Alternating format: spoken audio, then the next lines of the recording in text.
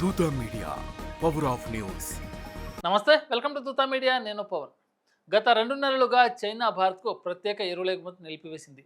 దీంతో భారత వ్యవసాయ రంగంపై తీవ్ర ప్రభావం పడింది. ఈ ఎరువులు పండ్లు కూరగాయల వంటి పంటల దిగుబడిని పెంచడంలో కీలకంగా వ్యవహరిస్తాయి.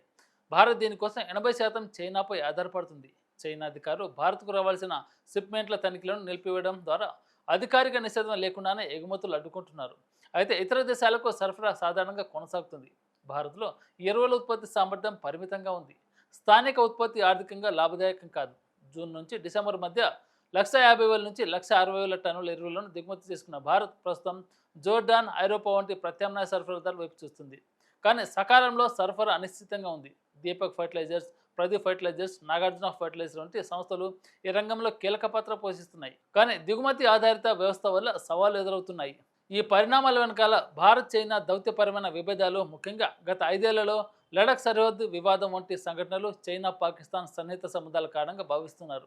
ఇటీవల చైనా రేర్ ఎర్త్ మాగ్నెట్స్ ఎగుమతులపై ఆంక్షలు విధించడం కూడా ఇరు దేశాల మధ్య వాణిజ్య ఉద్రిక్తతను పెంచింది.